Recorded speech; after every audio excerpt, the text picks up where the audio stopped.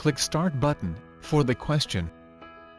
Tell me about a time when you feel you disappointed yourself or your boss.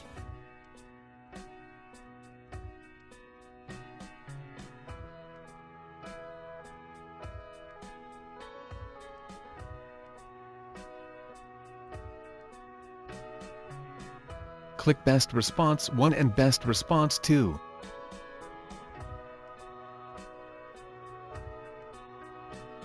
Clicking Best Response 1.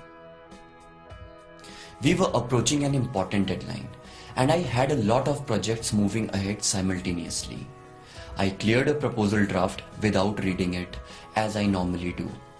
The proposal had some serious errors on delivery compliance and caused some misunderstandings with the client. I have learned from that mistake. Anything worth doing is worth doing well. Clicking Best Response 2.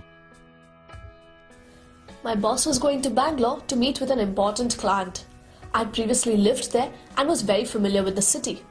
He asked me to recommend a place to take the client and his associates for dinner, and I suggested a great Italian place called Romano's. I didn't know that the ownership had changed at the restaurant and that the quality of food and service had deteriorated. My boss and the clients had a miserable evening.